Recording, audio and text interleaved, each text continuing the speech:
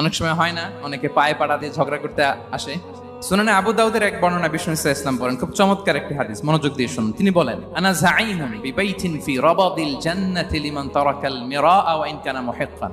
আমি ওই ব্যক্তিকে জান্নাতের আঙ্গিনায় একটা ঘরের গ্যারান্টি দেই যে ব্যক্তি তর্ক করার সময় নিজে হক এটা জেনেও সে তর্ক থামিয়ে দেয়। আপনি চুপচাপ দেখবেন একটা বাজে কমেন্টস করতেছে, আবার কমেন্টের নিচে কমেন্ট, আবার গালি। হ্যাঁ, আছে না এরকম?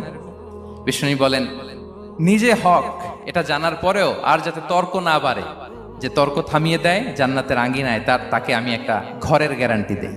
ওয়াবিবাইতিন ফি ওয়াসাতিল জান্নাতি লিমান তারাকাল কাযিবা ওয়া ইন কানা মাযিহান। আর ওই ব্যক্তিকে আমি জান্নাতের মাঝখানে একটা ঘরের গ্যারান্টি দেই যে ব্যক্তি কৌতুক করার সময়ও মিথ্যা পরিহার করে। করতেছে কৌতুক, ফান করতেছে আর কি, হি ইজ কিডিং, ফান করে, কৌতুক করে, কিন্তু কৌতুকের সময়ও সে মিথ্যা বলে না।